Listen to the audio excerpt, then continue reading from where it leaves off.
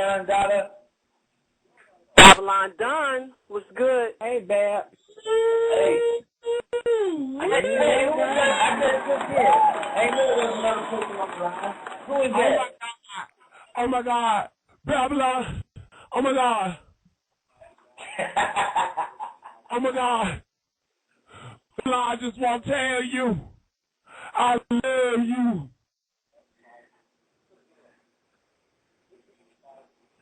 Babylun, I listened to that show last night. Y'all did. And it was like I was listening to that show. I went to bed listening to that show. Motherfucker, how you know all this shit? How you know all this stuff? Hey, man, I'll tell you this, Champagne. Ain't number one person know all that shit, man. That's Dr. York. That's just the truth, man. I learned that shit from this real cool cat, man. And you should check out some of his books and check out his shit. I know a little bit about Dr. York. I've been listening for a long time, believe it or not. I've been listening for a long time. But I got a question. For real. Because Dawn been helping me, but, you know, Dawn just too fucking compassionate for, you know, I need to fucking know something. All right. I want to change, Babylun. I want to change. I want to get up out of here. I want to stop doing what I've been doing.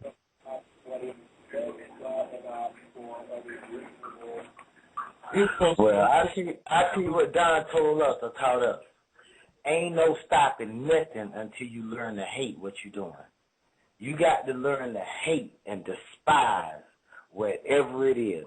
However you can learn how to hate that thing, how to let it make you sick every time you fucking do it. If you see somebody doing it, it make you fucking mad.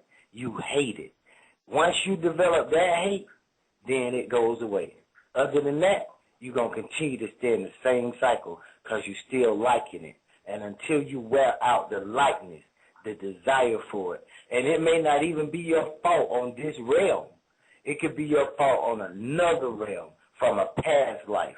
Now, that's something that me and John was talking about that, you know, I mean, how can I put it? I can't even really I could read you the fucking Tahuti book, but I'm not even about to try, even attempt to describe that shit out of my own words because it's not something that can really be said. It's something that's overstood, and that's, you know, past lives, and it's bigger than reincarnation and just coming back in another body and all that shit, because that's not what it's about.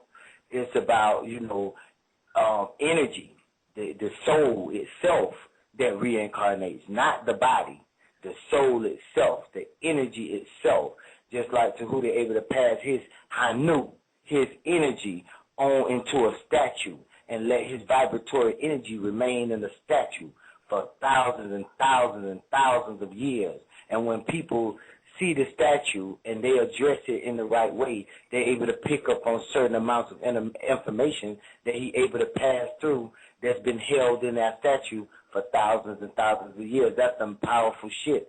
So what I'm trying to say is that everybody here, well, not everybody, a lot of, because there's newcomers in this motherfucker, a lot of people here, like I feel like you might be, especially, now I'm going to tell you something, because I went to Mexico. I went to the fucking pyramids in Mexico. And my guide, when I got there, and this when I was around out New York and everything, I took a vacation. My guide, when I got there, was named Gamaliel. Now, that's actually the guide and the teacher's name of Jesus Christ, the Messiah Yahshua. When I got there, that was my guide's name. So he took me to the pyramids. I was dressed in my garb. And, you know, he just did everything for me. Got my film, got everything. Told me everything, showed me the calendar. I got pictures of the shit, me and the pyramids, everything. So what I'm saying is that to me, when I went, I wasn't going for the first time, is what I'm saying. I had already been to that place. I had already knew what I was doing. When I got there, I knew every single place where I already wanted to go. I had never read up on it. I had never looked around for it, ever wanted to go just all my life. I just decided to fucking get up and go. And so when I went, that's what I had. I had that diet. So with that said, when you live in past lives or your soul that reincarnated into another body, it has to burn out certain desires. Even if those desires are evil, even if those desires are something that you consider bad. You know, I don't know what you're struggling with because you weren't clear, but I ain't want to know. But Dr. York has several books, but you will have to join AEO to get your hands on certain books. Now, maybe you could talk to Don Nicoleone, because she would be that's the only person I would trust to even say this to you for, is that she may have some information in a book called How to Break Bad Habits. It's an ancient Egyptian order book, How to Break Bad Habits. That book helped me 1,000,000 trillion times over on getting over some things that I wanted to break as bad habits. And the only thing the person has to do is be trusting and trust that this is going to work. When you read it, it might sound like something you heard before. It may sound like something that, you know, man, come on, that ain't going to work for me. But like I always say, if the person don't try it, then you can't even knock it. Don't even say shit about it. Just suffer from what you're suffering from because you're not doing what you're told to do. You know, just do what you're told to do. God gave us an example of that, about 3,000 names in the Holy Tablets where she repeated 3,000 names, 3,000 times the name of the Most High. And she said she saw her change, she saw her effects. And so, but just looking at somebody on the outside to say to us, man, that's religion. That's bullshit. Ain't nobody going to sit up there and say no name no 3,000 times and think nothing going to change in my fucking life. That's because they have no idea about the power of the Most High, vibratory energy, tones, and different vibrations and things like that that can affect your body and your DNA and change your outlook as well as the way you magnify or attract things in your life. Because that's who you are, your vibratory energy. And by saying them tones, it changes your vibratory energy. So I know that's a lot, but that's what it is. Your vibratory energy, understanding past lives and reincarnations, and understanding that certain things you may just have to burn out anyway. This is the place for that. That's why this place exists, is to burn out that on this plane, so that when you move to higher planes, you done already been there and done that. Mm. So that's how how do you know, like, how you know you got a bad habit? Oh, well, like, I could tell you that right now. Dr. York mentioned that in the audio a couple of days ago. He mentioned hobbies and habits, and then he also threw in addiction. But the way you know that it's a bad habit is by the way, if you want to quit and you can't quit, that means it's fucking bad. If you want to stop and you keep doing it, that's bad. Because you may have a habit of bumping your knee on the table every time you fucking walk by. You either going to fucking move the table or you going to stop walking through that way, because you ain't going to keep bumping your fucking knee. So then when you got a table, now a habit is like the table. And so even though you keep bumping your knee, you won't move the fucking table, then that's called a bad fucking habit. Because even though it hurts, you won't move the table. Goddamn table hurt, but all my habits feel good. Nah, I done been there too. So if it feels good and it feels right, then maybe that's what you do. Maybe that's who you are. Because a person are who they are, and it is what it is. Now, I'll tell you this, because I get this vibe. I'll tell you this, that when I went to Mexico, one thing came up, and I forgot about this a few seconds ago, but one thing came up while I was there. That my guy told me something. I don't even know why this even came up, but he just brought up the word homosexual. And I don't even know why it came up. I really don't. I just, because there was other people there. But he just said, and then during this period of time, there were homosexuals. And the way they were identified is that they was told to put a red dot in their forehead. And then so I was like, damn, that's kind of deep. So then he started expounding on it. He said, but they wasn't looked at as homosexuals. Now, this is a true fucking story before the Most High. He said, these people were not looked at as homosexuals. That wasn't the word for them. It could be something related to like eccentric or eclectic, because that's what they were. And he said some of them were the most spiritual people that we had in the dynasties, in the place. Those were the seers and the knowers, because they were transitional. Like you say transvestite, or you say transmutation, or you say interdimensional or transdimensional. These were transgender or transdimensional beings caught in between the state. It's like just like everything in between becomes special. Like if you're between the state of sleep and wakefulness, then you're able to experience certain things, because that's a between state. The 13th hour after 12 o'clock, between 12 and that 1 hour, that's a special state. The center is a special state. The middle is a special state. So I'm not promoting homosexuality. I wouldn't condone that because of all the different things that come along with it. And it is a low vibrating thing when you just think about it along the lines of sex, because then it's just lust and it produces nothing. It can't produce another child. It can't replicate. It can't do nothing. So that's why it on its own is a lustful bad habit and a bad thing, an addiction. However, when these people were in the right environment, a lot of them became like, you have temple women or sibyllines, oracles. Then these people, these men, even though they were men, became like that to the priest. And you got proof in a movie called Apocalypto. When you look at the movie Apocalypto, watch that movie about the Mayans and about what went on, and look at the man who does the master ceremony thing while the king sit there. Look at the person who goes crazy and shows them and sees all these things. Look at the person right there. And that person gonna look like somebody who is transitioning or transsexual or whatever. And a lot of them people did, look, you couldn't even determine sometimes males from females. So this is where that came from. So again, once again, I'm not condoning homosexuality, but I am telling you that one of the things that come along with certain people that have that issue is that they're able to be transdimensional or transmutational. They less man and more woman, or less woman and more man, because they're able to have these two factors exhibiting physically as well as spiritually. Sometimes they can be special people. It's just like, we call it a disorder or whatever. We'll say a disorder. I call it an issue. But for the sake of talking, I'm just going to call it a disorder.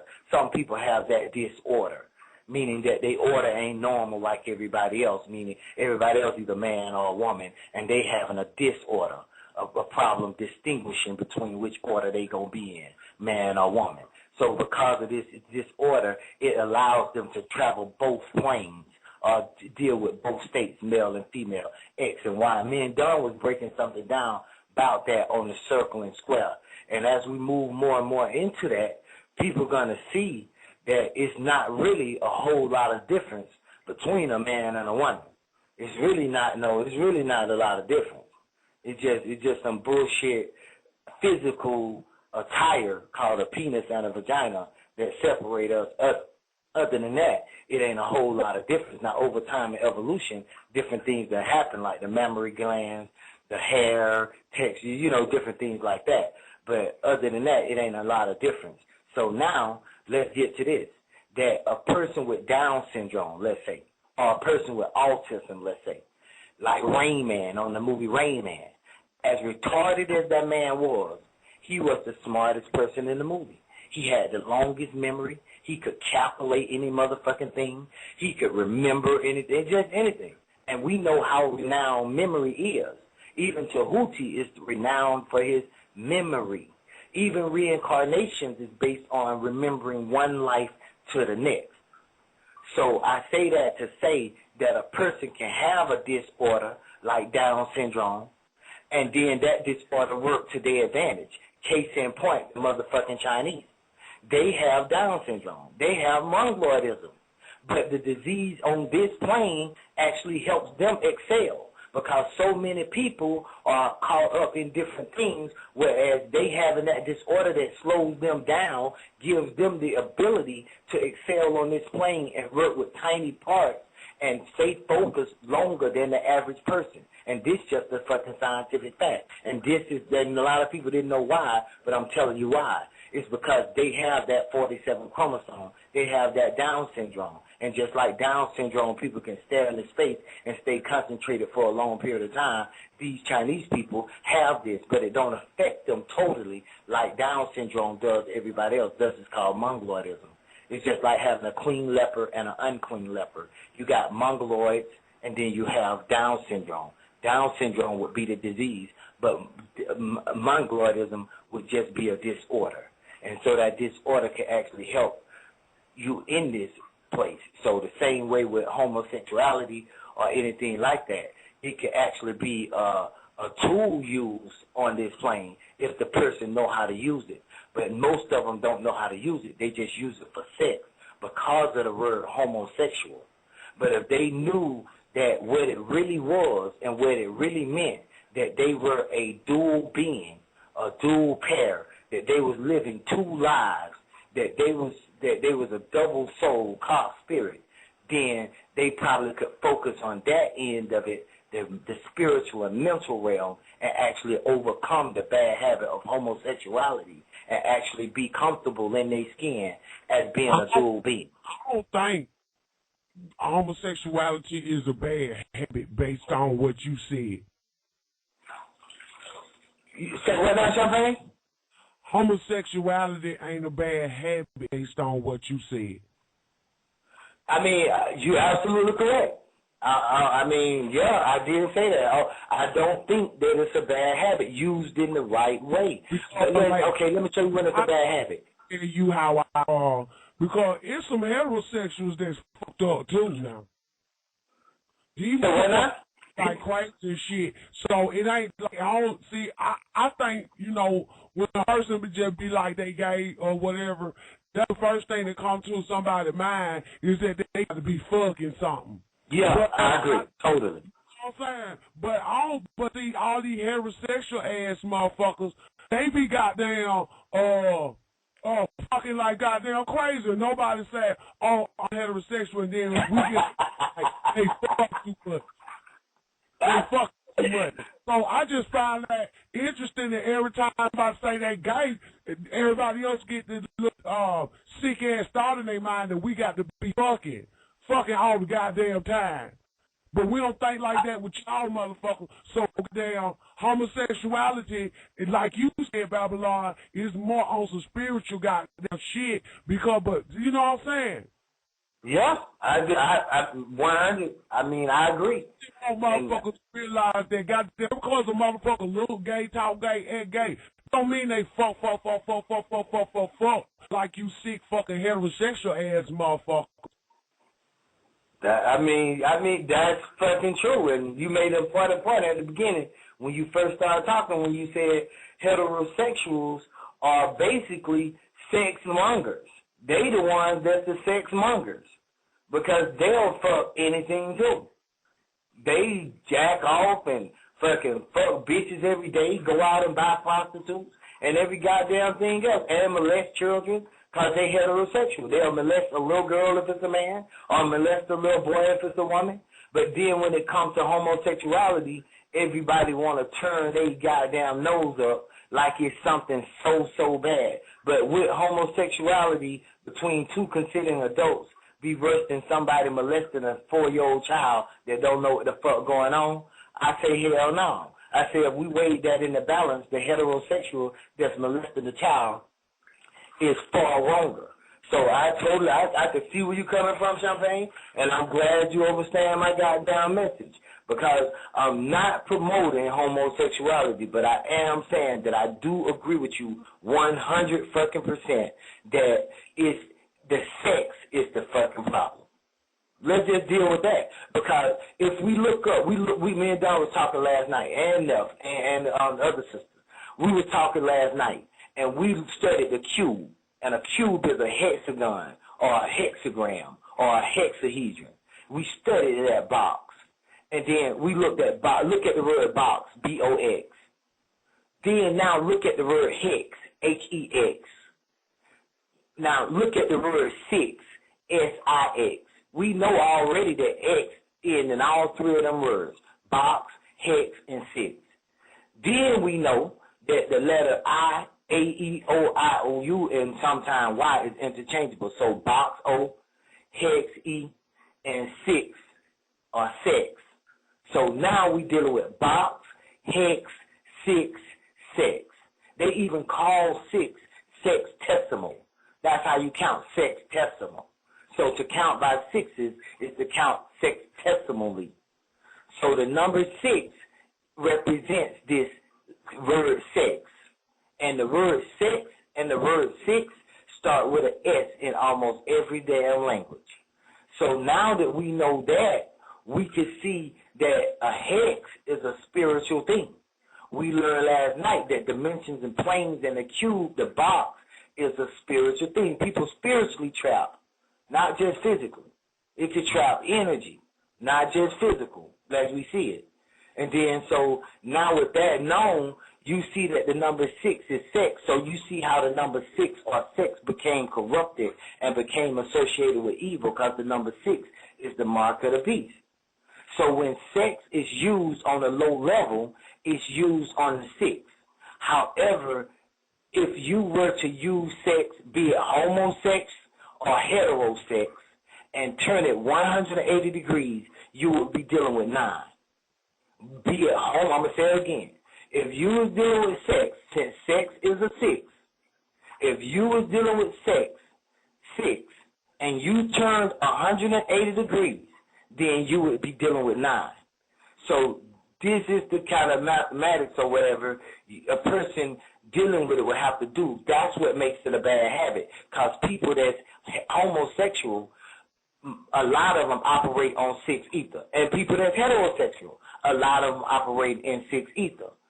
And so when they turn it 180 degrees, then they operate in 9 ether. And that would apply to both of them, the heterosexual or the homosexual. Now, how does a person that's homosexual operate in a 9 ether state? I'm not homosexual, so I really can't answer that. But I'm sure it's a pure way to operate. I know for a fact it is. And if I thought about it long enough, I probably could tell you something about it.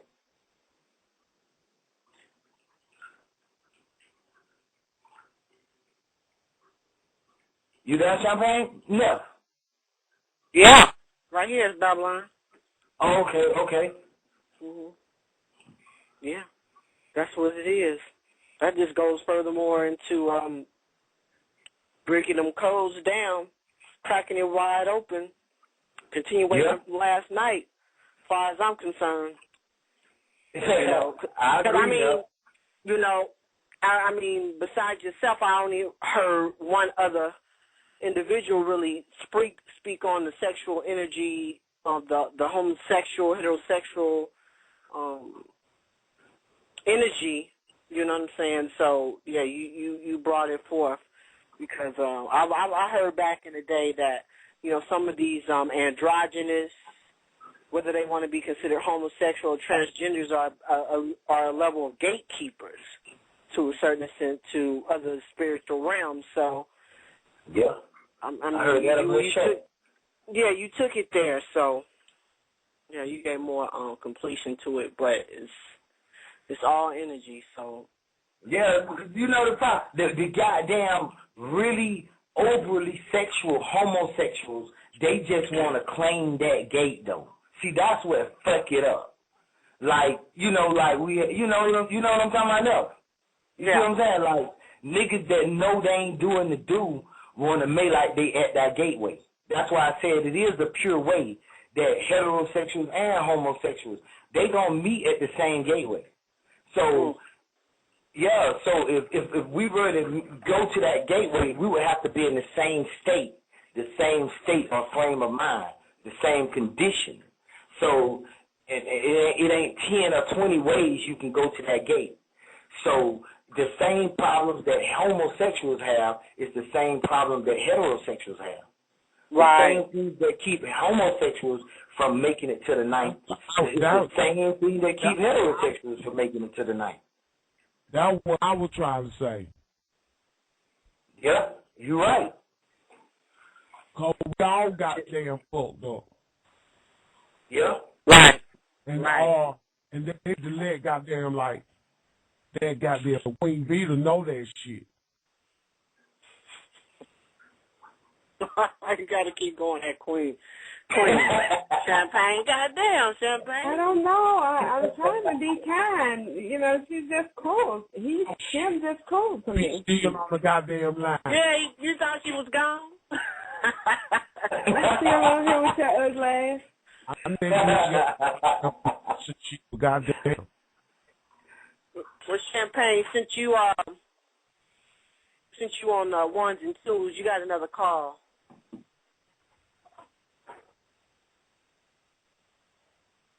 What's wrong with it? Okay, we your mic is open 773. What's your name? Where you calling from? 773. Mike check. Can you hear me? Mike check. Oh. What's up, Fireliners? Fireliners. It's Fireliners.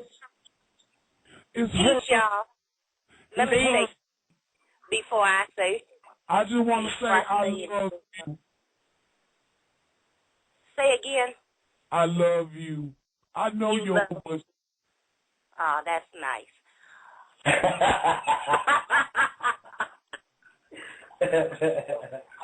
Okay. Before Babylon goes any further, I put a question in the chat which y'all don't want to address, so I'll call in and ask this question. Babylon, you said that homosexuality is done in the right way, and so therefore you did not expound on what is the right way to be a homosexual. I did. That's when I said that. I said I really can't answer what the pure way is for a homosexual because I'm not a homosexual. And I really don't feel comfortable trying to answer that when I'm not one. I wish, that Champagne himself would actually answer that question. Her. When I go to work with Mr. White Man, my name David Jenkins. Okay. I heard it too. I'm Miss Champagne to you. I'm her. I'm a she. Okay, but Fireliners have a question for you. She want to know, how do you practice right homosexuality? And if you build on it, then I'll comment. You said. Well, I can't wait for that. Go ahead. Thank you, Miss Fireline. I love you. Well, you said something right here, Babylon. Now I have a conscious understanding that really I get it now, because your journey to the what that shit called Mexico and shit, and them you know what I'm talking about. I get what you're saying. Like, really, ain't no such thing as homosexuality. It's just androgynous beings. You see what I'm saying? Yeah, okay. I can see that, yeah. And now I get it, because I remember that one time I heard that dude Bobby Hemmett say that they're gatekeepers, Nefertiti. I heard that too. And I was listening one time, and And there was a book, I don't know the name of that book, but Dawn was reading from it. And it said that they were androgynous beings and they were the gatekeepers, but don't be fooled by them. Okay. Okay. That's right. And it said they guard the gates of they the message bringers or some shit like that. But y'all gotta ask Dawn about that book. But I see what you're saying, like, how can it be done the spiritual or right way? And basically, they go for all of us that I think they separated everybody from saying hetero to homo, but really, we got to fight the goddamn sex force. But that's I don't like when people think I'm a motherfucking sex addict because I happen to be David from 9 to 5 and goddamn this champagne on the spiritual ring. You see what I'm saying? That's right, Champagne, because I threw that in the chat. I said, well, you know, it's the goal or it's to attain to vibrate higher than any sex force. It's to vibrate higher than the sex force. You know? Yeah, cause I know that, like, you know what I'm saying, if a bitch come on this show right now and she say, you know what I'm saying, she prostitute, then all of a sudden everybody gonna think that the bitch fuck a lot. Right. She'll be a prostitute during Christmas holidays so that he can motherfucker get some Christmas gifts and spend money. You see what I'm saying? She might be she might not even be fucking for 300 motherfucking days and just be on her grind for 60 so she could give her some gifts for Christmas. Yeah, let me sound on this. Wait a minute. Let us get back to some real shit here, okay? Because you know, that was some real shit, Fire. But I'm listening. I'm sorry. I'm listening, Fire. Maybe in your realm, Babylon, that ain't real shit in my realm, and I'm gonna tell you why. Okay. Okay. To be androgynous, if we're talking about these people a million years ago, to be androgynous, they were not having sex, period. Right. Okay. So let's and you went off into the thing about when sex gets involved, then the dynamics change. But okay, I don't know, maybe Champagne is in that realm, but I would say that the majority of people out here right now who are calling themselves homosexuals are not in that realm. And they have not been in that realm for thousands and thousands of years. And until these motherfuckers came out and decided that they were going to, because they had this potential for just having men around them and little boys around them. And in order for them to be able to do that, they had to take a woman, the female energy, and crush her into the ground. And that's what we've been living under for thousands of years. So, you know, if we're going to talk about the metaphysics of it, that's one thing. And we're talking about eons ago. But I'm not interested in that dynamic because that doesn't exist. I don't see any of these homosexuals out here being gatekeepers today. What I do see is that for the last thousands of years, they have removed female energy from the dynamic, and that has created an unbalance. And so, therefore, the perpetual regeneration of this homosexuality, which in my view is an unnatural act. Now, I'm not saying that because you're a homosexual, I automatically can't talk to you. I can talk to you. I just don't fucking trust you. And so, therefore, I want to be understood, and I have to say on this radio program who says that the energy that these common day homosexuals bring into the world, into this plane, is negative. Okay. Can I sound with you, Fire? Can I say something first? I'll address that. Okay.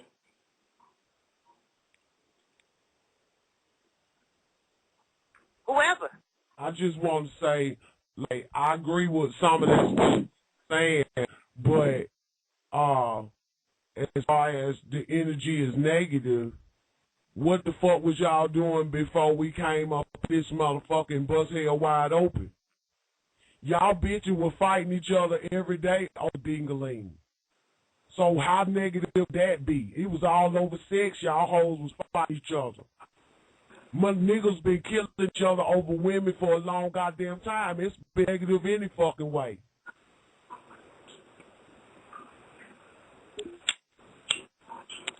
But a bitch can fight another bitch over a dick. That's some natural shit. No, that's negative. That's still negative. That ain't natural. Ain't nothing natural about that. So it was like y'all had like goddamn if me being who I am is worse than who the fuck y'all always been. Get the fuck out of here. Oh. You want to talk about the feminine energy? Oh, get the fuck out of here. Okay, all right. Motherfuckers who've been butt fucking for fucking hundreds of fucking years, thousands of years, have been under the cloak of being heterosexual, which meant that meanwhile they was dogging the bitch that they was fucking so they could get to another nigga to fuck. Or you gotta watch your fucking kids around these motherfuckers because they're going to butt fuck your fucking kids. So two bitches arguing over some dick don't quite measure up to that shit for me. See, I mean, it's a total imbalancement in what's going on. I see the point, but it's a total imbalancement in what the conversation is. So we got to make it clear that it's male and female homosexuals. It's not like males suppressed female energy, fireliners, and let the male energy dominate, because faggots would be considered female energy to any male man, real man. So that wouldn't necessarily be the case. That's why we know it don't have nothing to do with it's not dealing with sex. Homosexuality, let me say it this way. I'm finna say it this way now. You with me? Because I'm gonna say this. I want you to understand this, and then we're gonna get to the crux of this. Yeah. Homosexual is a state of being.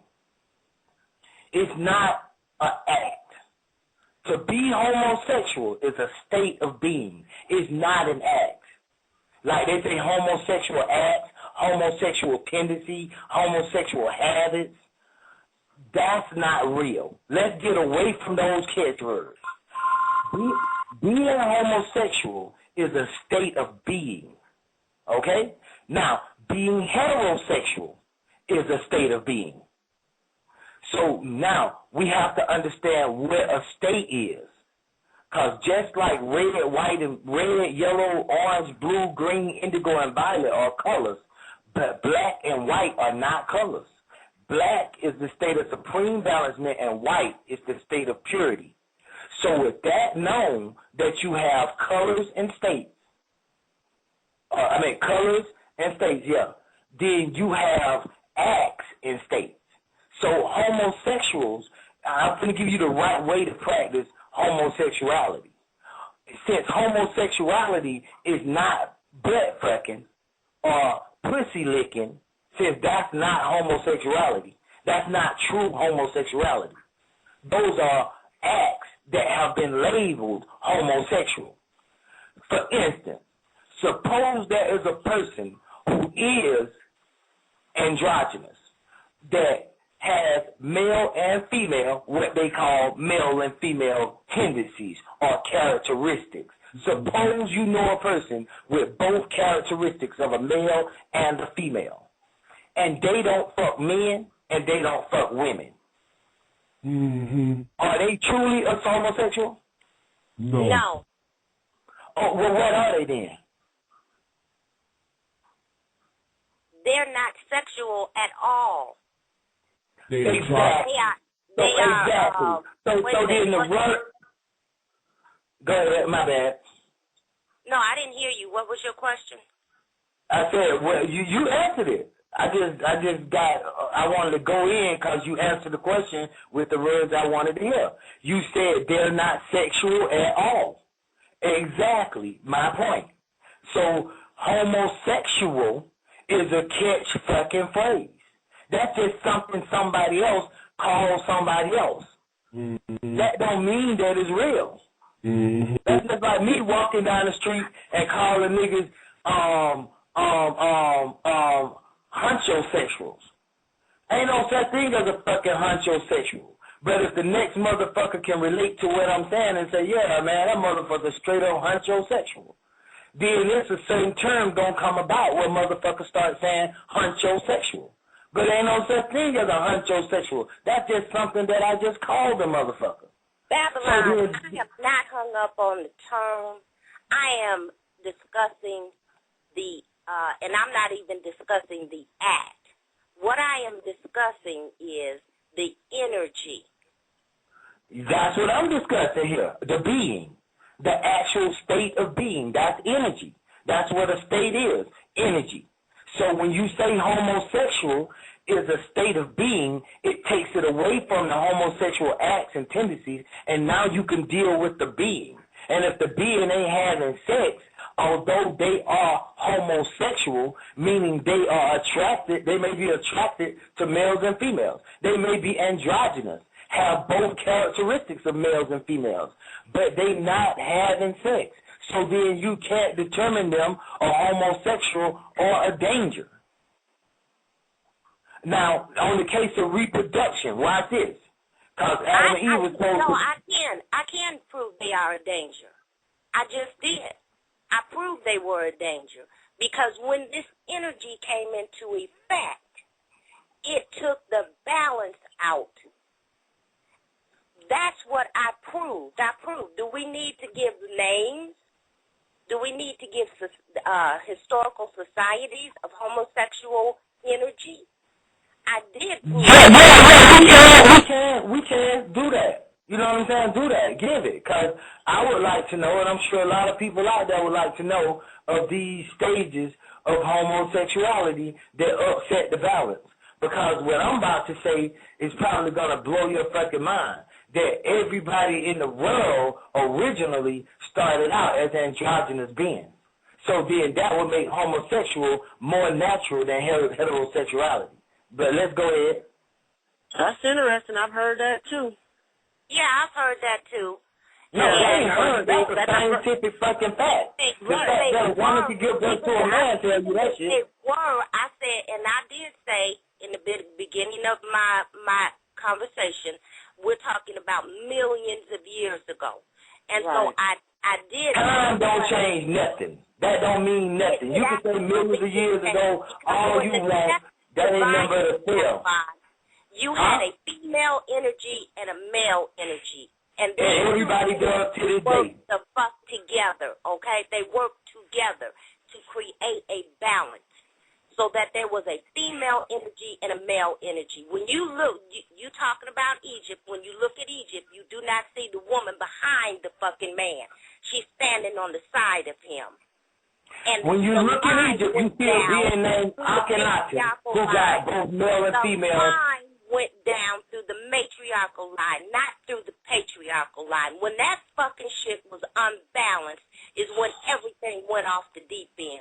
And when you start seeing the Greeks, and you start seeing the Spartans, and you start seeing the Romans, and you start seeing the Visigoths, and you start seeing the Vandals, and you start seeing these crackers come in, that's when the shit got upside down. Until we get today to the Catholic Church, which put it into effect and is all over the fucking world. And then you see them goddamn Arabs. You see that shit. All of this shit is because the shit is unbalanced. And the majority of these people were closet, if not open, homosexuals. In order for them to be able to put that female off her stone, they had to put her beneath him.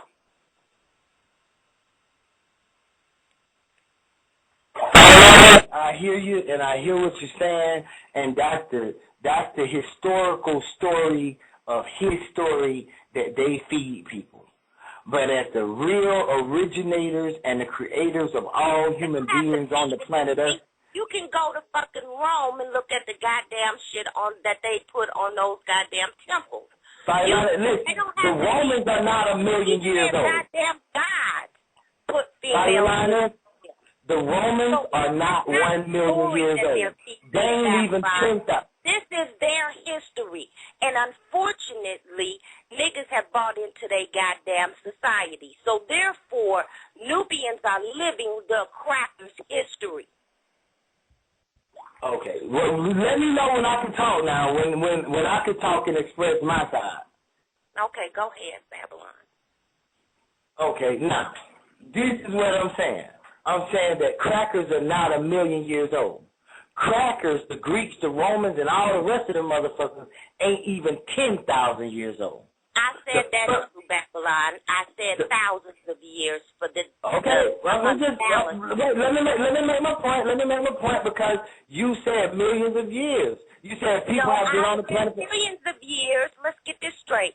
I said millions of years when these androgynous people were on the planet. I said until thousands of years ago when these people took over and put it off of balance.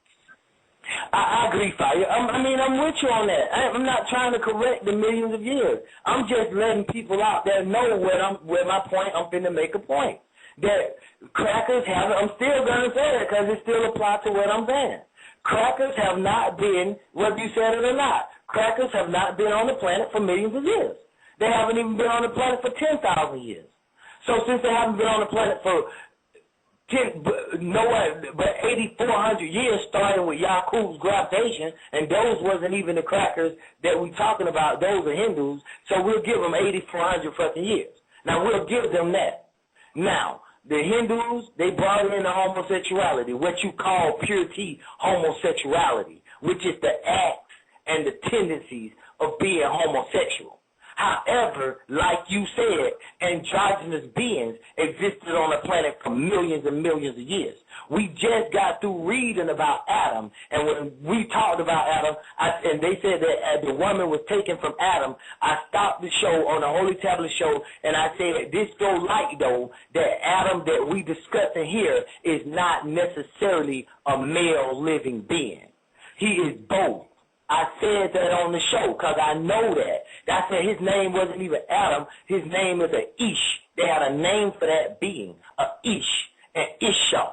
And one of them became known as female, Isha, and Ish became male. But they were both from the same being.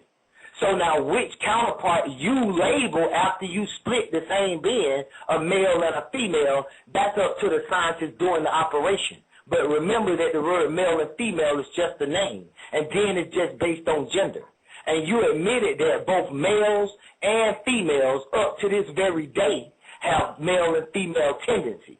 Now, when you look at a male X and Y chromosome, it's obvious, because the woman has XX. It's obvious that he is both male and female, XY.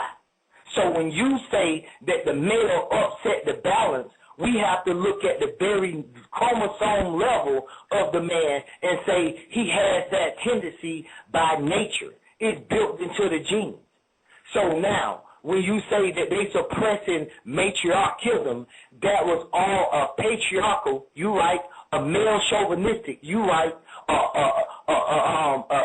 a challenge to take women out of power. But those wasn't homosexuals that was taking women out of power at the time. Those were heterosexual male dominant species who didn't see women fit to fucking rule. and then those men being coming together like the Pope, going over there and living in the Vatican like nuns and shit amongst member men. The fucking Japanese samurais, the movie Taboo, going over there living amongst nothing but men on men. Then if you put a bunch of reptilians, and niggas are reptiles, human beings are reptiles, see, we got to deal with this shit now, for real, because we talking about androgynousness. And then when you say androgynousness, the first thing coming to people's mind is some male and female or split body person or split personality person. However, when you say androgynous, we got to break that down. We got two words going on there. We have andro and we have genos. Now we dealing with the two things that we supposed to be dealing with, andro and genos. Now, what's the first being to walk the planet called? Genus Homo. The Homo comes second, not first. After genus Homo, you get Homo erectus. Now the Homo come first. Then you get Homo sapiens. Homo come first. Homo saurians. The Homo come first. But the first beings on the planet were genus Homo, not hominids. So if they were genus Homo, then you say androgynous, then these were the first beings on the planet, just proven by way of the etymology of the words. So now we have to decide. Wait a minute. Okay. Let me say this. Yeah. I got to say this. If you can sit here and tell me this is some history that you was taught, I'm going to say this is some science shit that you was taught. This is science. Okay, this is some this science. Is history. Ain't nothing but another fucking religion. And so I'm going to simply say, I just have to add that part, okay? Because I'm coming from my book, you coming from your book. And I'm telling you that if you can tell me I'm talking some history shit that I was taught, I'm just going to interject, you talking some science shit that you was taught, because we don't know about no Homo fucking sapien. Okay, that's just science any day. Out there. Homo sapiens, Homo erectus, Homo and Cro-Magnon man and all that other bullshit. Nah, I ain't bringing them in. No, we don't want to discuss them, Fire. We just want to deal with Homo sapiens, which are human beings today. We want to deal with, because this is where homosexual comes from. This is where heterosexual. I'm not a Homo sapien. I ain't no Homo sapien. Can I ask a question? Okay. Go ahead. Okay. Y'all go ahead. I'm listening. I was just listening, Babylon, because I like you. But my question is, where the heterosexual come from? If it were Homo erectus, Homo sapien, and all them homos. Why they didn't call the first motherfuckers hetero sapien and hetero genus hetero and shit like that.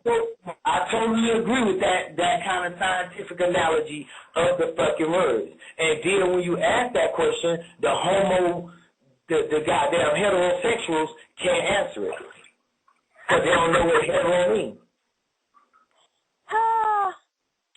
Don't hetero mean like 1-6 or some shit? Like what they say the word homo mean and what they say they word hetero. Cause you right, cause goddamn in science that shit be like Homo genus, Homo erectus, Homo sapien. But hetero ain't nowhere in that motherfucker. I like your laugh. But Fire, look, see, now what I don't want to happen, Fire, listen, Fire Lioness, what I don't want to happen is for me to look like a gay rights supporter. Goddamn, you too late. Listen, Fire, wait now, Mom. Come on now. Let me explain to you what I'm doing.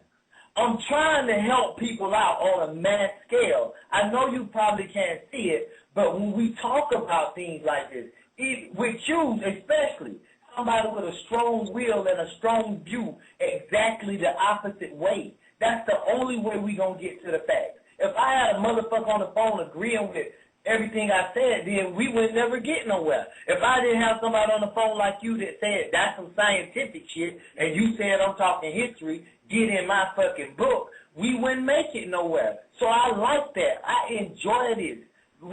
To me, we ain't arguing, we dancing on the dance floor. Oh, no, it's not an argument. Absolutely not, Babylon. Babylon. Never an argument. Simply us trying to piece together the bullshit that they've weaved. Okay, this is a fucking spider web, and you have to dance on those webs until you get to the truth. That's all. Can I ask you something, Babylon? What's up? You gonna answer my question out? What homo mean and what hetero mean? Well, what is a heterosexual? Yeah, I'm gonna answer it. Right. My question is this: what is a genus hetero? Wait, now say that one more time. What is a wet hetero? What is a genus hetero? Hetero erectus and a hetero sapien. See, you just said something that I didn't even say, and you said something smart because you started the word. You said I think you almost said the word that I was gonna get to, but I don't want to jump the gun because I want everybody to be with me on it. So I'm saying that before I answer that, let's go through the ringer though, because we got Homo sapien. We got genus Homo. Let's just get that straight. Let's just hold that down for 1 second. Genus Homo. First, explain what homo means, and then explain what hetero means. Okay, we're gonna get to that. Okay, let me say it this way. Hetero means diverse. It means to have more than one characteristic. That's what hetero means. Wait a minute. That's what they call us, diverse. I know.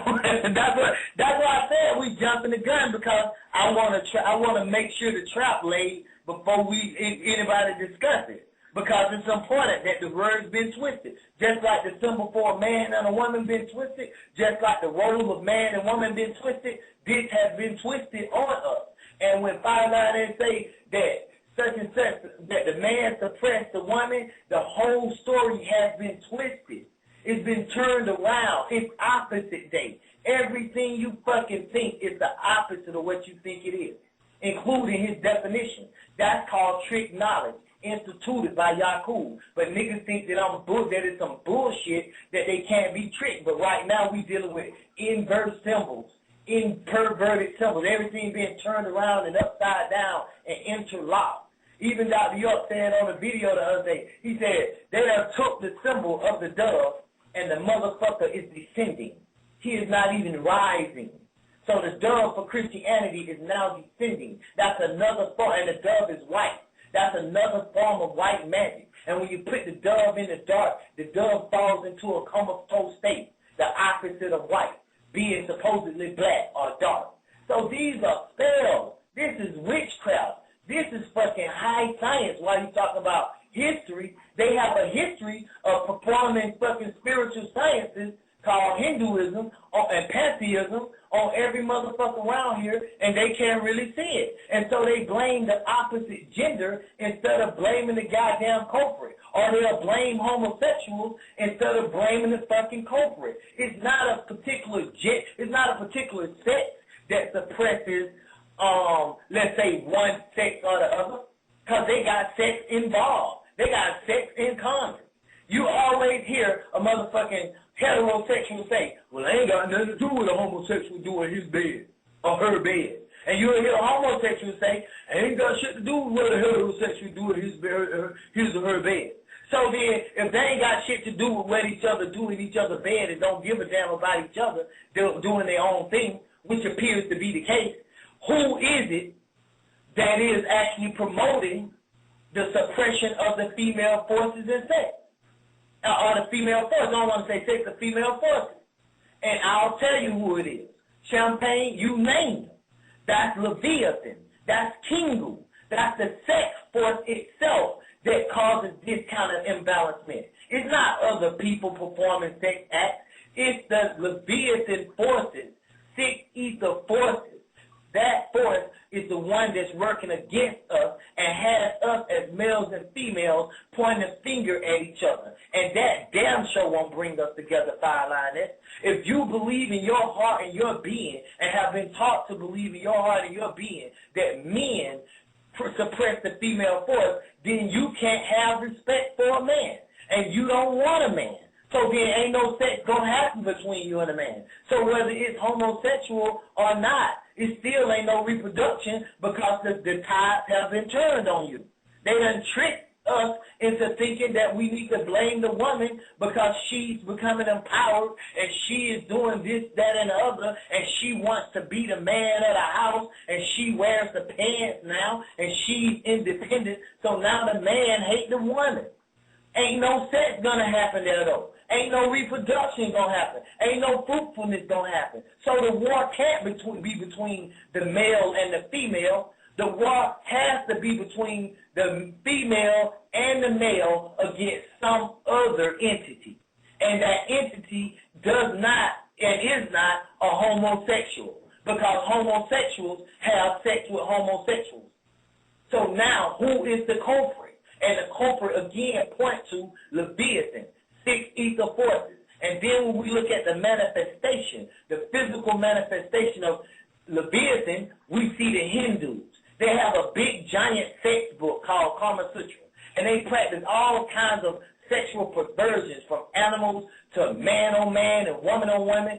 So this is our fucking culprit. This is the problem. It's a particular race, a species of beings called Hindus, the manifestation of that fall into the forces of Leviathan that promote this whole patriarch suppress the matriarch bullshit, and matriarch fight against the patriarch for that suppression bullshit. They the ones that's coming between the male and female so-called hetero, watch this word, heterogeneous community, because that's the real word, not heterosexual. It's genus, because genus was first. So look up the word heterogeneous, and then we can deal with beings and not sexuality. But as long as we keep saying homosexual or heterosexual, all you are is determining what kind of sex you have, whether you fuck a pussy or a butt, or whether you lick pussy or a butt. So that's where this shit going. So now if we look at the word, can I say something? Can I say something real quick? Peace, Don. Peace, Don.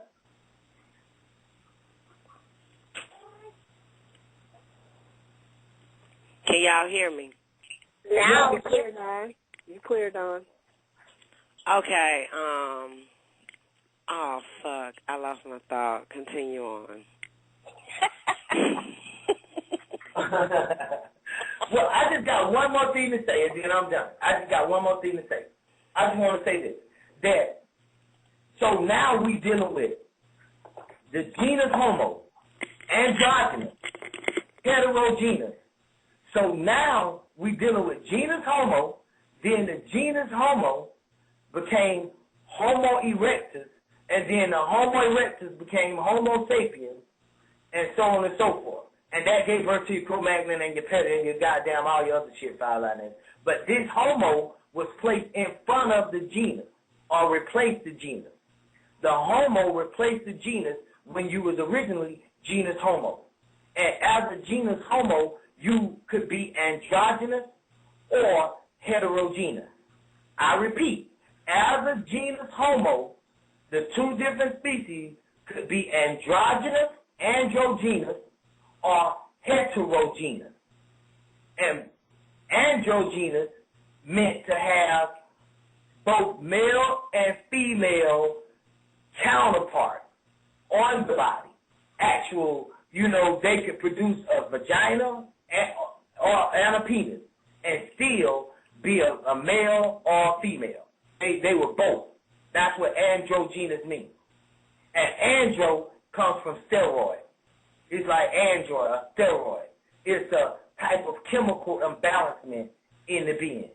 if you could call it a fucking embellishment.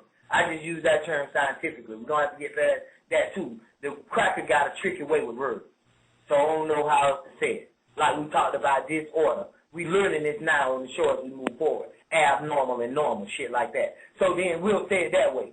Androgynous would be considered abnormality, having an abnormality in the genetics. And then you had your heterogeneous, which was considered then the norm, the normal being, the one that came out and was just straight. However, like I said, though, if you look up hetero, you're going to find out that heterogeneous or hetero relates to somebody with multiple or diverse characteristics. That's what I'm saying. Okay, so you're giving us a chronological breakdown. First it was androgynous, then it was hetero, then it was homo. When did homo come on the picture? From genus homo. And that's where homosexuality word came from. From genus homo to homo erectus, standing up, to homo sapiens, talking and walking like human beings, to homosexual. Okay, so you didn't answer my question, and maybe I didn't present it correctly. You gave us a chronological breakdown on who was first, who's on second, and who's on third. So homo became on third base, is that right? Homo is the latest evolution. Yeah, homo is at home plate, yeah. Okay, so why, maybe you know this, why evolve into homo?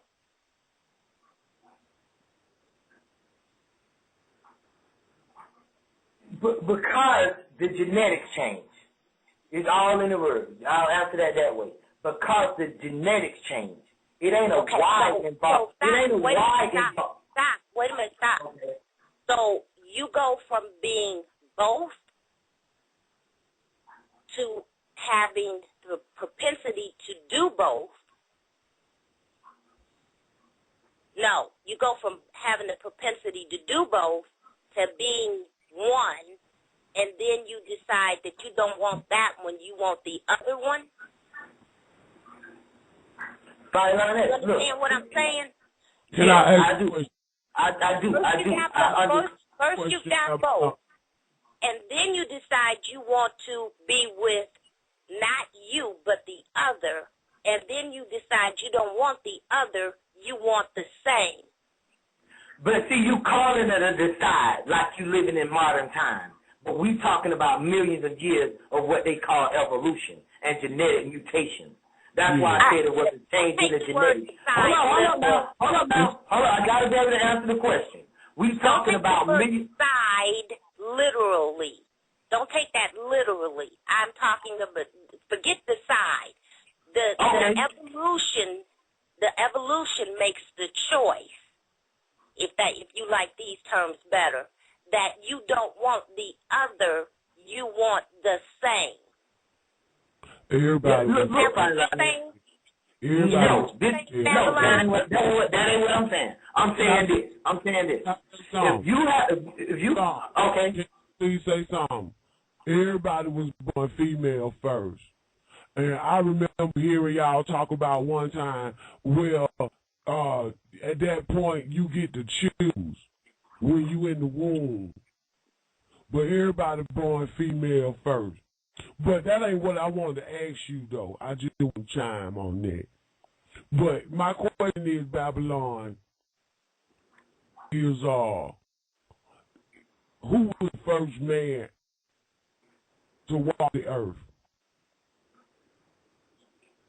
The first man was actually a woman because, like you said, I remember the show. I was at the hospital at the time taking care of some business, and me and Don, and it was Moore, Universal Moore, and we discussed who came first. And we talked about how the woman walked out of the water, genus, walked out of the water first and developed lungs to breathe on the earth first. So women were on the planet as earthlings, or what they call Adamites, earthlings first. The first Adamite or earthlings were women. Scientific fact. Okay, so, like, that Adam that y'all be talking about, right? Adam, the one that was in Mars, in that science tour, in that science laboratory. You know what I'm talking about? Yeah, absolutely. Yeah. Now, they said that the Anunnakis made Adam, right? Yeah.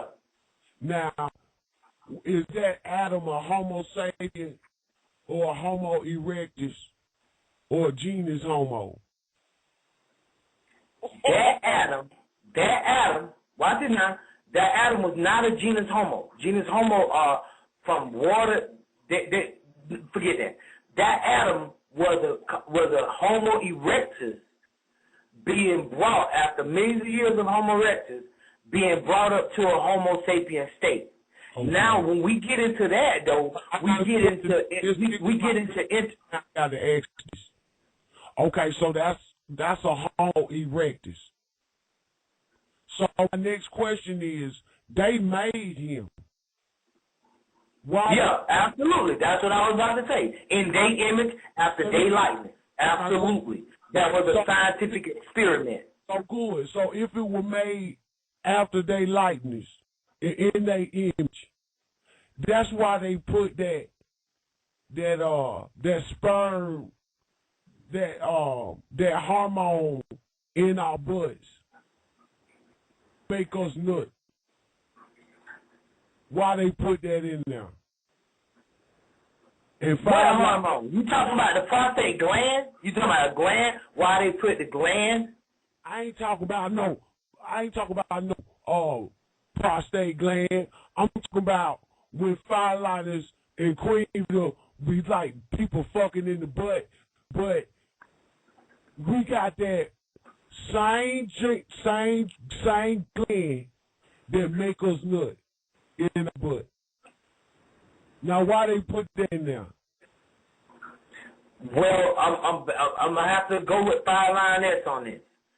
That's one way to stimulate that gland. So but that gland is stimulated through natural sex, through the penis entering the vagina, and that gland allows the man to ejaculate. So because the man has an orifice in his asshole, that's like me saying, okay, why they gave me tonsils and I could stick my hand down there and touch them and make myself feel good. They're not saying that. No, I'm saying the only way that they said that a man can ejaculate is penetration with a woman. Or with but you know that's not true. Yeah, that definitely ain't true. I mean, I ain't hear that whole thing, but it sounds like he said only way a man can ejaculate is through anal penetration. So that's a goddamn lie. That's not what I'm saying, Babylon. I'm saying if the Anunnaki made that Adam, and Adam had that goddamn spot in his ass, why they put that spot in his ass? That's what I'm saying. They didn't put the spot in his ass. The spot is in his body. And because perverted men found out that they could stimulate that spot via the asshole, they started to use that in order to ejaculate and to bring pleasure to themselves. That's what it was for. No, that don't mean that's what it's for. That's why I gave you the example of tongue. That's what it's for. Okay, somebody could use their feet to make another nigga nut. But that don't mean that everybody want to fuck somebody else's feet. Somebody could stick their dick in somebody's fucking armpit, titty fucking. There's all kind of places the person can be stimulated with, and people enjoy it. Some people enjoy getting pissed on, but that don't mean that that's what the Anunnaki. If a girl nuts because a nigga pissed on her, and there are people that do that, then why did the Anunnaki put that spot on her where she's enjoying getting pissed on and she busts the nut? I'm asking you why they put it in there. Now you get to the crux of the fucking problem. Go ahead, Babylon. Yeah, because that is the issue. That's why I said I agree with you on that, Fireline. because that's when the unnatural word can come up. That's when unnatural acts and tendencies and deviancies, that's why they get labeled as homosexual, because they don't see nothing wrong with these kind of things, when that ain't what it's used for. Scientifically, this homosexual have to admit that that's not the way it goes.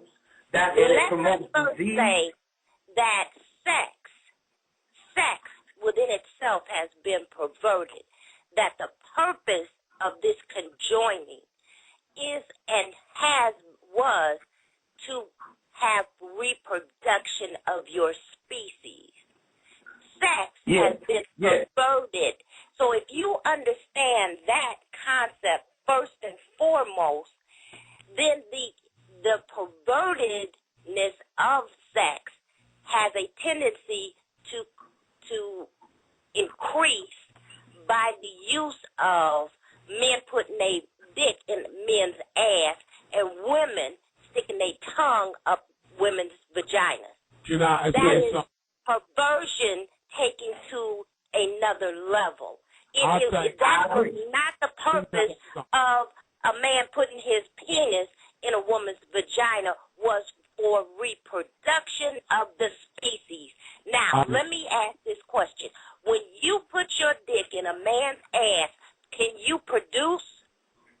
Well, I would just like to say something, because I was doing some research on androgynous beings, and they was having sex in that area we talking about.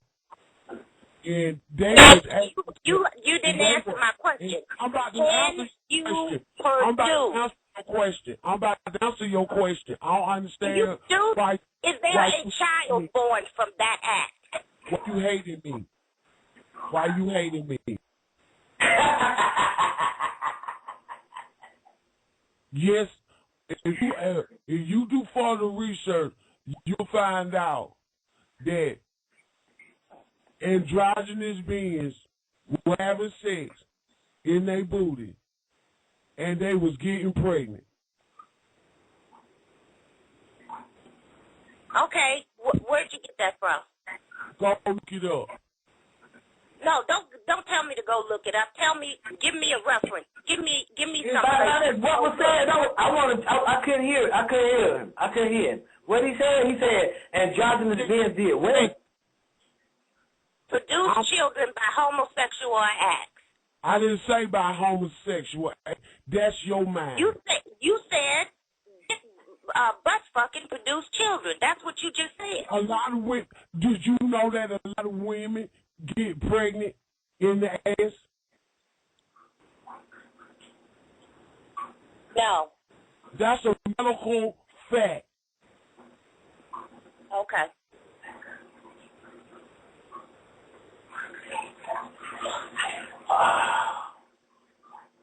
I mean, there's a lot of shit possible. I ain't never seen that done. So I can't really say yay or nay to that, because it's an orifice in the ass, and it's a way to the ovaries through the ass. So it's probably a woman that got pregnant from sucking dick. There's plenty of women. Before, wait a minute, Babylon, and you and Fireline, y'all need to look that shit up. Y'all need to look that shit up first. You know I will. I mean, you got a true seeker on the phone, so I'm gonna look that up. I can't do it right now, but believe you me, I'm gonna come back with some research and some information on anal sex and women being impregnated. Now, I would have to agree that if that does occur, it is due to something in her body, physiologically, that the canal is somehow connected. Because in the average, in the normal body physiology, that's closed off. So that would become an anomaly. It is not the norm. Well, we know it's not the norm, but we do know that the women that was here first, they were androgynous. I don't know that. I don't know that. But back to back to the original question. I won't talk. Do you and a man, yes, when you have sex, are you expecting to have a progeny? I can't have baby because I took my ovaries off.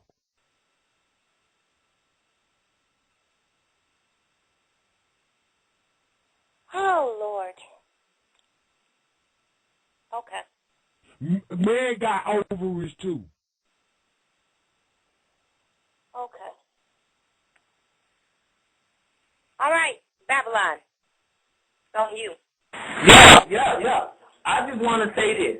I got to clear a couple of things up. Now, one is that when we discuss homosexuality, because I need for you to be on record with me with this, because I know you're going to keep the record and keep the record straight. So I just want to say this, that when I was discussing homosexuality, my original statement was that I was trying to get to a higher point of purpose in homosexuality that did not involve sex. It just involved what people were calling homosexuals. That I said that to be a homosexual was a state. It's a state of mind. It's a mindset first. And then the person commits the act. So before the act can ever be committed, the person may still feel like they are a female in a male's body or a male in a female's body. And at that point, that's a transitional being. They now able to perform physical feats and make them a transvestite or transgender. We know that. In order to satisfy this urge of the female wanting to be a male or the male in the female wanting to be a female. Whatever the case, vice versa.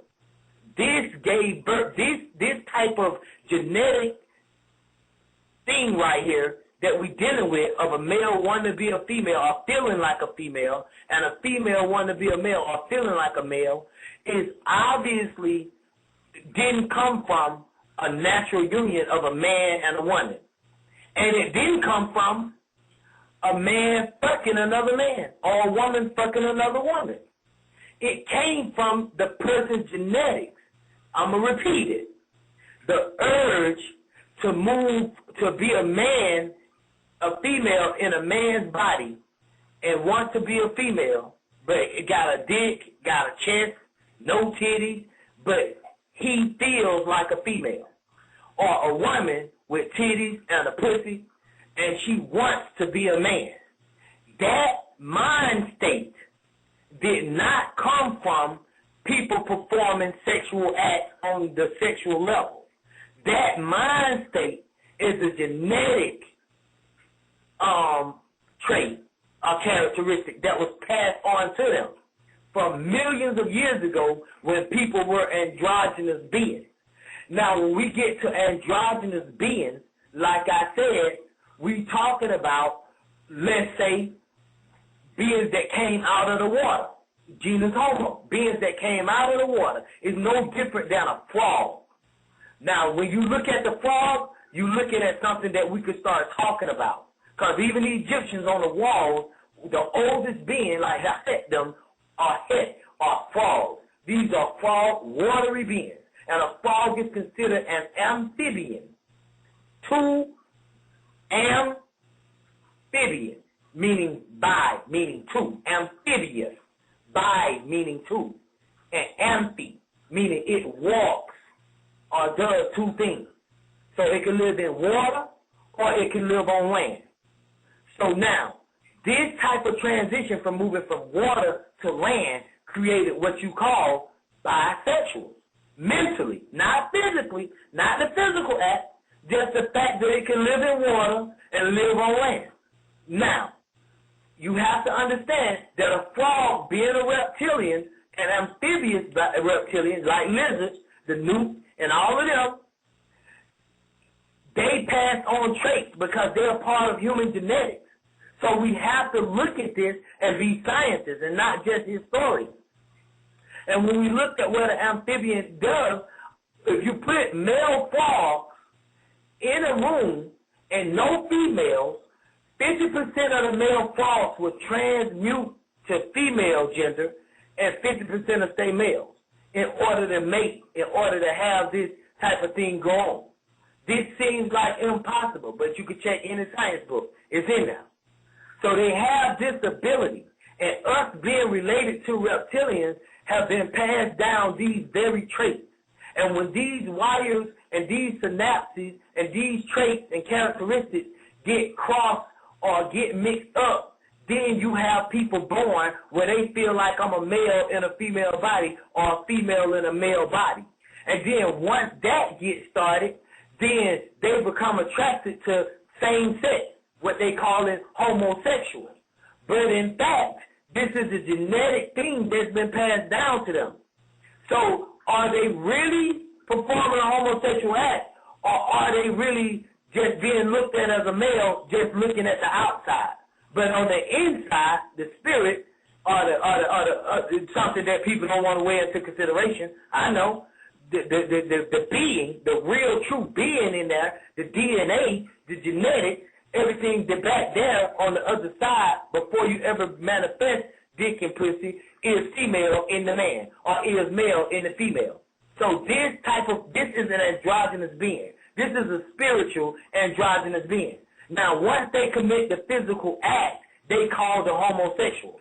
So now we dealing with androgynous and homosexual. And that's how the two words became synonymous with each other.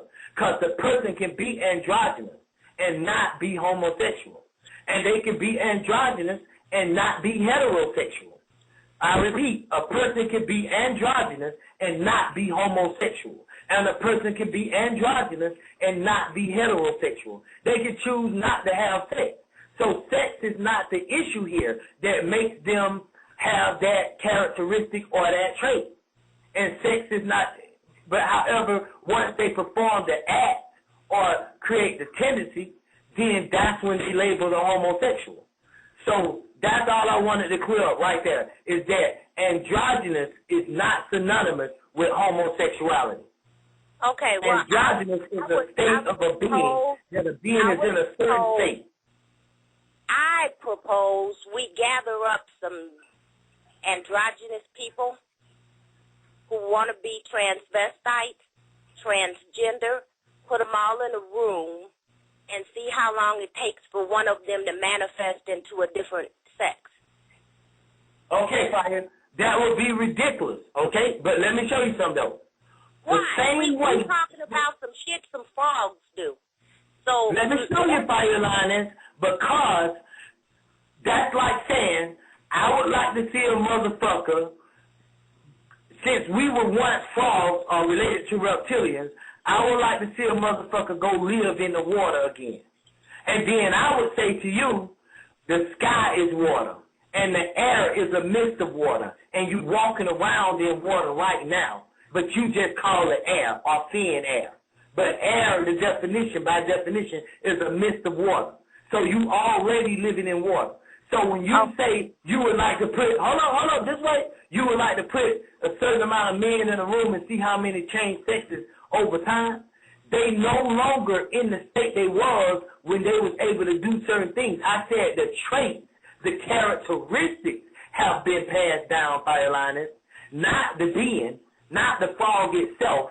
Because you notice that a lot of people that take steroids, they get really big and wide and puffy. And if you look at them, they got these little legs and these little arms, and they look like frogs. That's the steroid or the andro that makes them be like that. That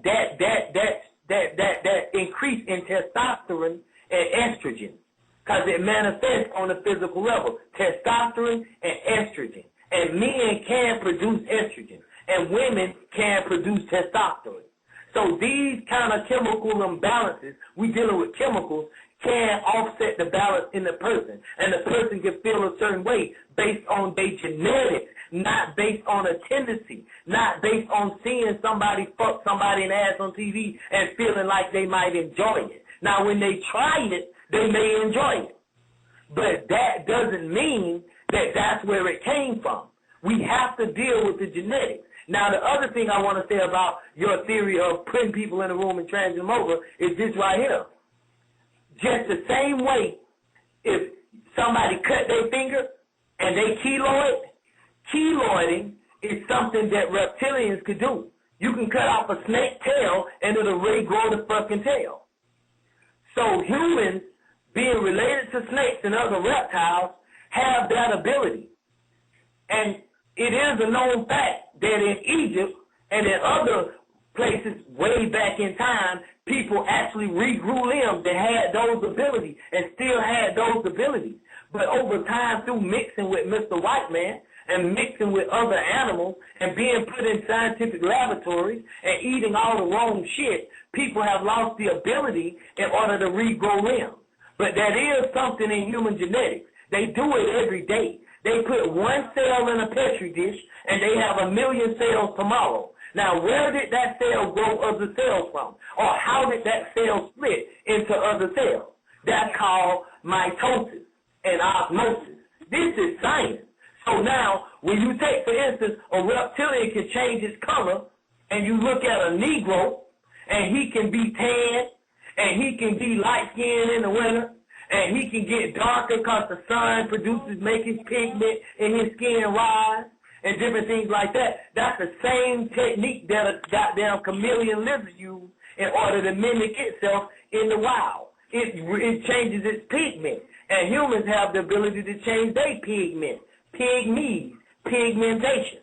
So just because the mutation is no longer completely there, it don't mean that the stem cells, that the characteristics, that the traits aren't passed on. We dealing with traits. We dealing with DNA. That's what DNA is, packets of traits, packets of characteristics. And when you're dealing with a person's character, you're not dealing with a physical thing. A person's character is what you see, how they act, what they do. That determines their character. Martin Luther King said, you don't judge a person by the contents of their pocket, but by their character. So character would not be physical. It would be character, something spiritual, a characteristic. And a trait would be physical, something that you could see. Yes. All right. That androgynous person is not going to transform into a female. That's all I'm saying.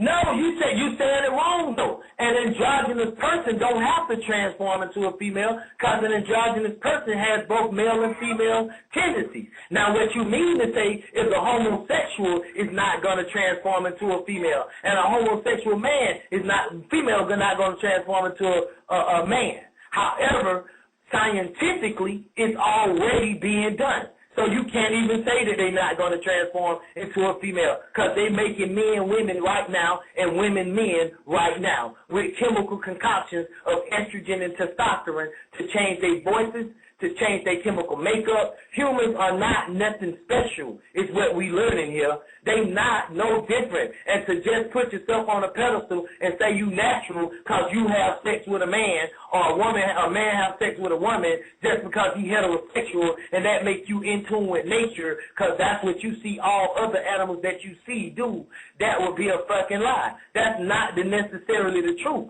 Now, we just got to deal with the truth. Facts is facts.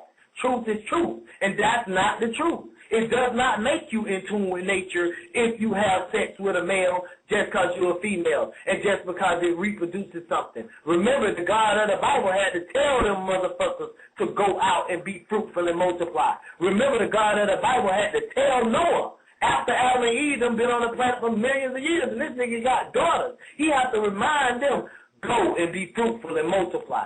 So sex is a lower force.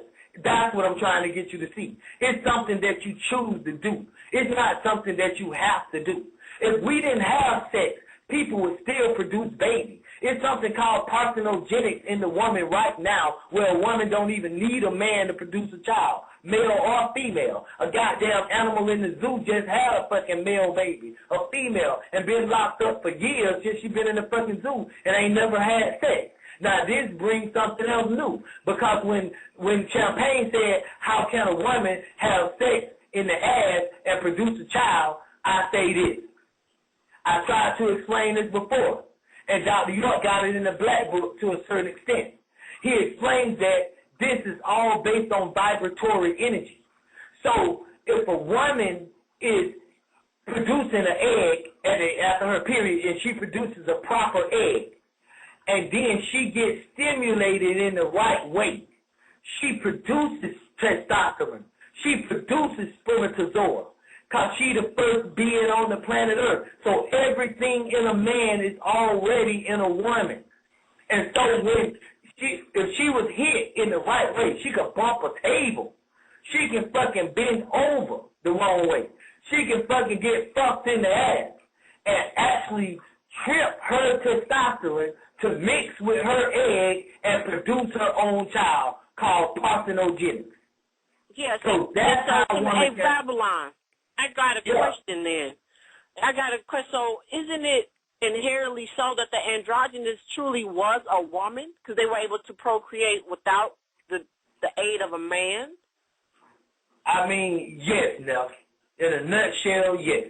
The first androgynous being, the being Adam, was a fucking female. Adam is a woman, and science and the Bible that lied to us for thousands of years. It's a woman, it's a woman, it's a woman, over and over again. The fact that she got XX and he got a mutation called XY speaks volumes to any scientist. The fact that she got an XX and her gene X carries 5% more material than his X and his Y. Her X is bigger than his X, and her X is bigger than his Y by 5% genetic material. This proves, the fact that it's bigger, proves that she's been here that much longer, because she done grew that. It's just like I'm bigger than my son because I've been on the planet longer than him.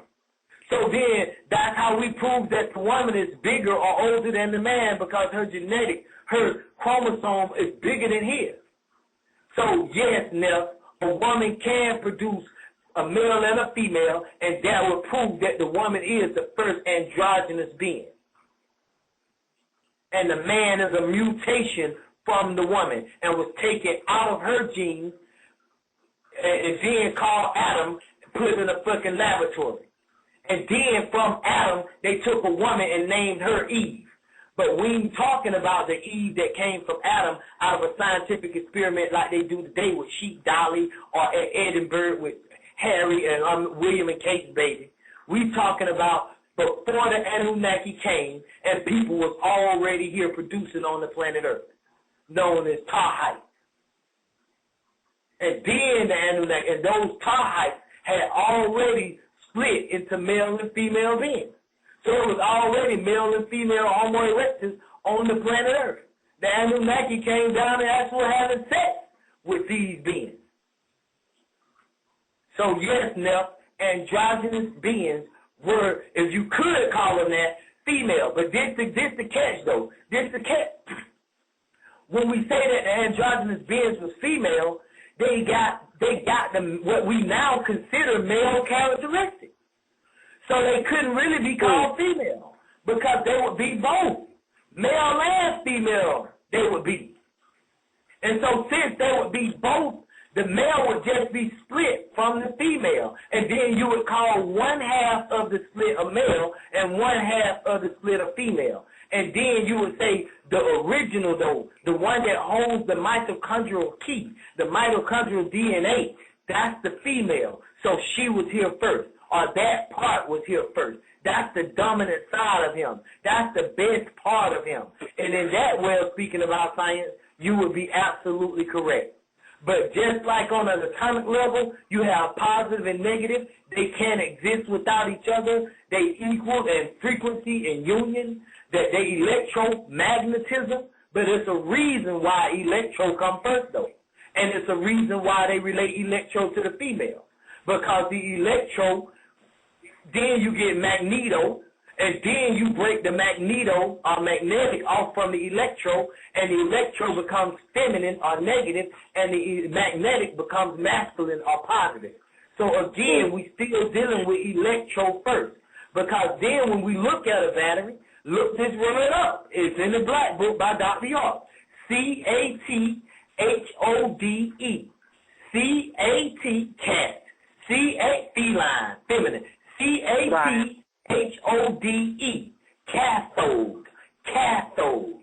And a woman is not even really negative compared to the man's positive.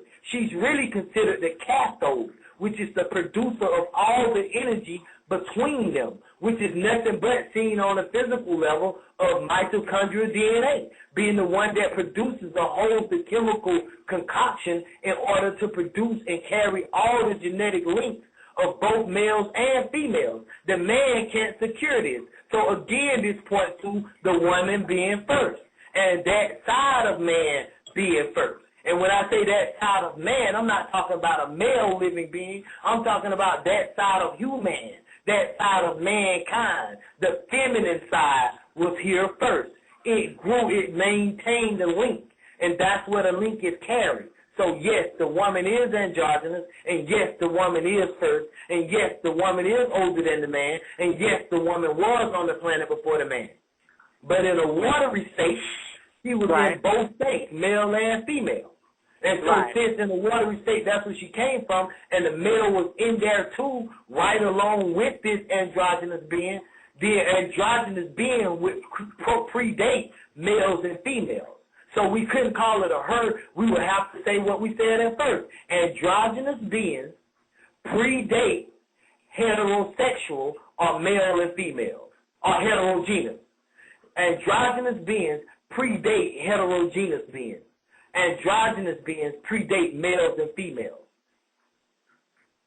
And that's just this is just the scientific fact of what took place from the water to the planet Earth. This is just the scientific fact of who we are. And these genes and traits are still in us. These things can be passed on, and they manifest larger or in greater proportions in certain people than others. And that's why you have people that feel like they're living in different bodies.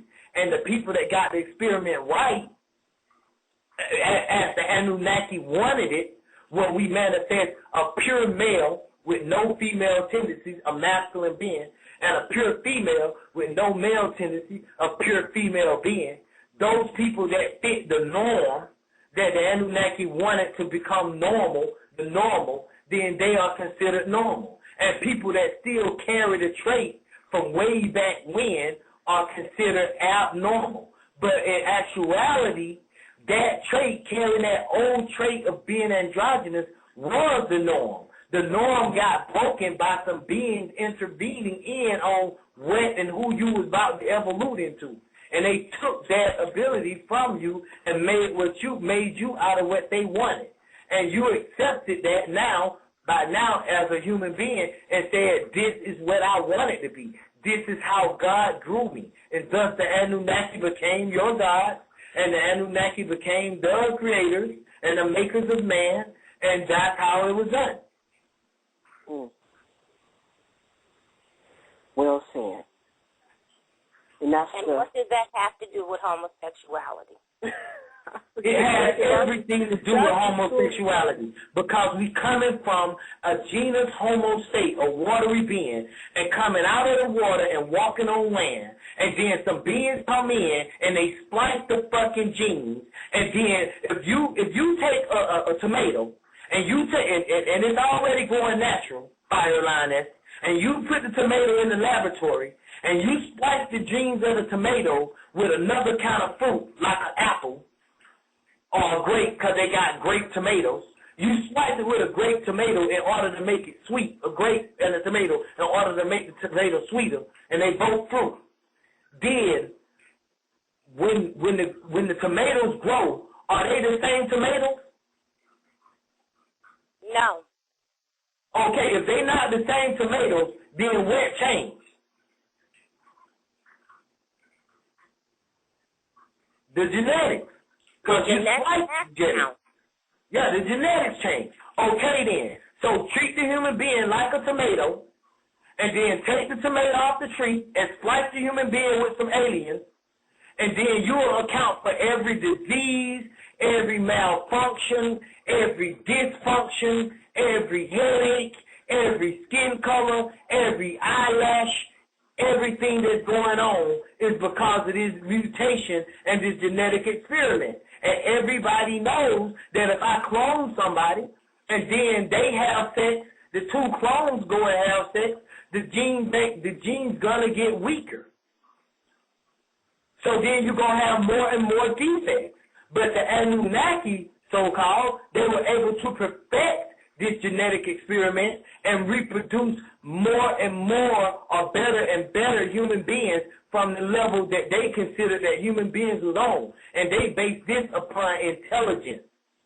They based that upon intelligence, the amount of intelligence, the mental and etheric connections, the ability to think and do things, to build tools, to think intellectually and intuitively, as opposed to the animal state that man was in when he thought instinctually and reproductively. So, yes, Fire Lioness, this has a lot to do with homosexuality because, like I said before, it's the genetics, it's the characteristics, it's the DNA capsules that houses this information from way back, and the information ain't going to never leave the planet. So thinking that you'll ever get rid of gays is a fucking fallacy. Thinking that that's what God wants, thinking that that's what God wants is the fucking fallacy. That's religion. Babylon, I have a question because I'm still trying to find the connection. Are you saying that homosexuality is a perfection? Now, you know you didn't hear me say that. Wait, because I didn't hear anywhere in there what that had to do with homosexuality. I understood the Anunnaki in perfecting the whatever the creature was that was existing on this planet. I still didn't get the connection for homosexuality, which in fact, the bottom line is, does not produce progeny. So I'm still trying to find that out because if, in fact, everybody had been homosexual, we wouldn't be having this damn conversation. Again, I cleared this up at the beginning of my conversation when I said to you, Fire Lioness, I said to you, do not confuse the word homosexuality or homosexual with the word androgynous. I said because there were androgynous. Hold on, let me finish. Because there were androgynous beings on the planet Earth, having both male and female characteristics and traits. These traits have been passed down to androgynous beings, pass these traits down, androgynous beings pass these traits down, androgynous beings pass these traits down to what you call Homo erectus, Homo sapien, and now Homo beings, called human beings. They pass these traits down through the DNA links to human beings, now called heterosexuals or homosexuals. So both heterosexuals and homosexuals have androgynous genes and DNA and packets. And sometimes the androgynous beings' DNA, characteristics, and traits can dominate in a male and make him feel like he is more female. And sometimes the androgynous being traits can dominate in a female and make her feel more male than she is female. And because they feel this way, they develop the tendency to go toward the same sex because they have it in their DNA and in the genetics, Fire Lioness. So this is where homosexuality would stem from. And that still don't negate the fact that there are people that are just bi-curious. And by curiousness, they start to perform homosexual acts, and then like homeboy said, yeah. Okay, I'm going to take care of it. Give me the two. My son, too, just fell out. Just like homosexuals, bisexual, these beings, androgynous beings, pass this link down to heterosexuals. And when they pass it down to heterosexuals felt like they was males in females' bodies and females in males' bodies. And because of this trait passed down from androgynous beings millions of years ago, these beings, now homo beings or human beings, felt a tendency by nature, by genetics, to go and have sex with with the same rate, with the same sex. Now, you do have people that's bi-curious, amphibious bi-curious, that want to know what it feels like. So when the man, like Champagne was saying, when the man bent over and let another man put his dick in his ass, he felt pleasure from that. Because there is a space by the prostate gland, and I forget the movie, but it's about Crimatistica, and the dude riding around in a limousine, and he got his white girlfriend. I forget the name of the fucking movie. We talked about it, though. I did a post on it. And this dude, he a rich white dude, and he got a sickness, and he got to have a heart transplant or some shit, and he riding around, and his doctor comes to his limousine, and his doctor give him checkups in the limousine. So he bends over in the limousine, and the doctor put on the glove, and the doctor sticks his finger in the man's ass. And the man is gathering pleasure from the doctor checking his prostate. What they don't tell you is when semen is produced in the seminal glands of a male, that semen starts in the prostate. Deal with your base seat. You talk about chakras, which are really in the Wapit, our shat seat. The base seat, the last seat on the body, is at the tail end of the spine, the coccyx tail, which is what they call another genetic defect. But niggas gotta know that all human beings used to grow tails, black and white, because we all came from reptilians.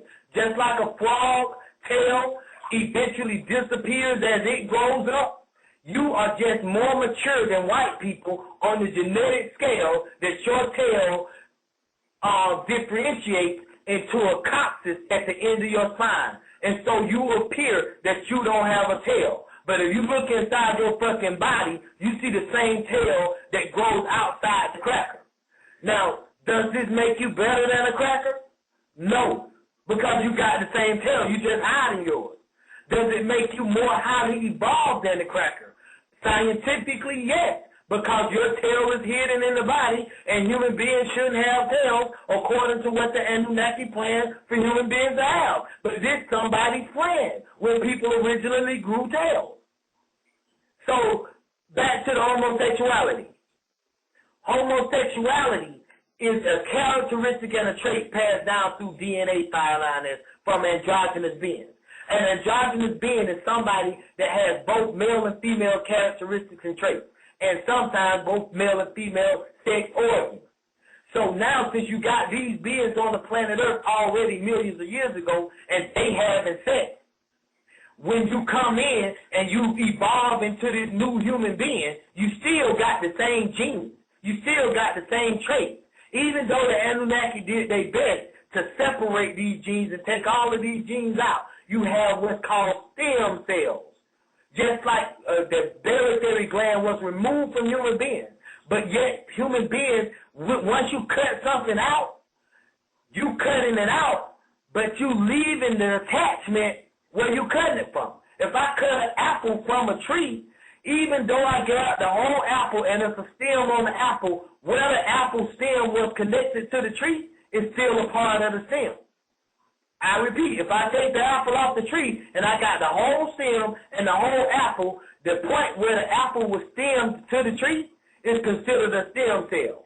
So the tree still carries the DNA and the genetics to reproduce that exact cell clone, exact same replica of the apple that you just pulled off. So now, when you apply that to human beings, and you say a human being was taken from androgynous beings, or their hippocampus area, their barytheric gland was taken out, they still have those nerve endings where that barytheric gland was connected to, and so that accounts for something. And thus you have people more connected than other people. So the same way that's left, when you take human beings from an androgynous being, those androgynous traits are still left in the human being, even if you think and do your best to remove every single one of them. It would be an impossibility, an unreasonability, because that would be creating a whole new entire thing, and that ain't what they did. They just spliced the genes and took out certain characteristics and traits and tried to. But these certain characteristics and traits still would show up in different humans. When we read the Holy Tablets, the first beings that was created used to leak semen, couldn't walk, had different amounts of eyes and shit like that, different distorted body parts, and produced all kinds of bullshit. So until they got the experiment right. So we being a part of that experiment, which they call evolution, us being a part of that experiment, are now stuck with the fact that we came from some beings that were androgynous and had male and female tendencies, and the beings that stepped into our genetics made us male and female and separated that, and we got used to that being the natural way of course of things. And then when people, those genetics from the beings androgynous that was here before the Anunnaki, those androgynous beings, when those genetics show up in our traits, we call that person defective. We call that person a homosexual. We say that person got a disorder or mental issues, when in fact, that's the way it is. That's who the fuck they are. That's a judgment. And that's why Jesus could say to the people that came to the prostitute, what? For him without sin, you cast the first stone. Because all of y'all got the same shit in y'all. Just because you don't have sex with men, if you think about this woman is cute, or you think about, she got pretty breasts, or her hair is very pretty, that could be considered homosexuality. Because nobody told you to look at men, women, as a woman. That ain't supposed to be in your nature. That's what happened with Ham. When he looked up, he didn't fuck his daddy. He just looked at it. And that caused the genes to tumble in his genetics.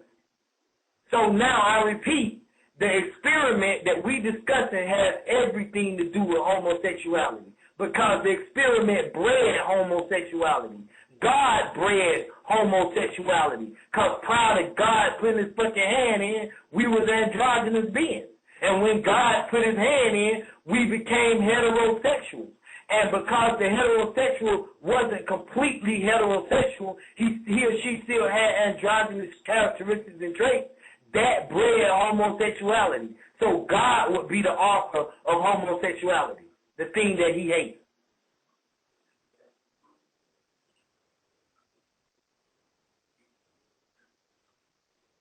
Well,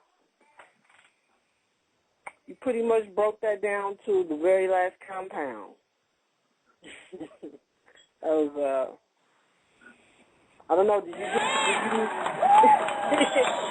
you get what you, Fireline, is she still there? I know she might have been put on mute. She's there. She's coming back. Okay. I just heard her phone. No, I think that's Don's phone. I hear that cord. Oh, okay. I'm here. I'm just in and out. That's okay. Me. That was me. I'm just in and out trying to fucking take care of my babies. Okay. So proud to be a mother. I'm an androgynous bitch. Babylun, you fucking said some shit, nigga. That shit was so fucking on point. Thank you, Don. You already know. That's all the way fucking true. Like, real talk. Like, that shit is the fucking truth. I've been saying this shit for a long time. That's where that shit all come from. God did that shit. Yeah. Whose God is responsible, ain't it, Don? Whose God is responsible, yeah. That's some deep-ass shit, y'all. True indeed.